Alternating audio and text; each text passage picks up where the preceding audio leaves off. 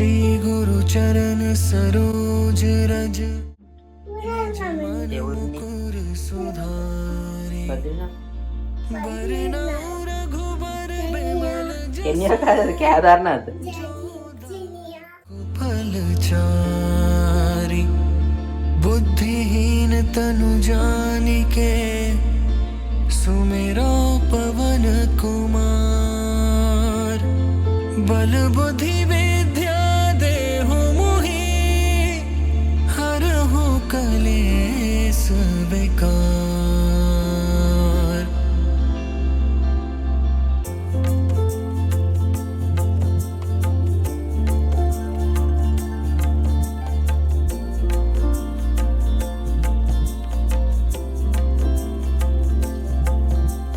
जय हनुमान ज्ञान गुण सागर जय कपीस तिहु लोक उजागर राम दूत अतुलित बल धामा अंजनी पुत्र पवन सुत नामा महावीर विक्रम बजरंगी कुमति निवार सुमति के संगी कंचन बरन बिराज सुबेसा कानन कुंडल कुंचित केसा हाथ నేను స్నానం చేసేదాని పేరు తప్తకుండు.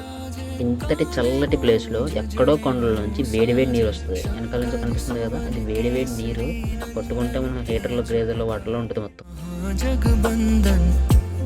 కింద జనం ఉన్నారు కదా, వాళ్ళంతా సరస్వతి పుష్కరాలకు వచ్చిన వాళ్ళు. మేము కూడా సరస్వతి పుష్కరాలకు వచ్చిన వాళ్ళే.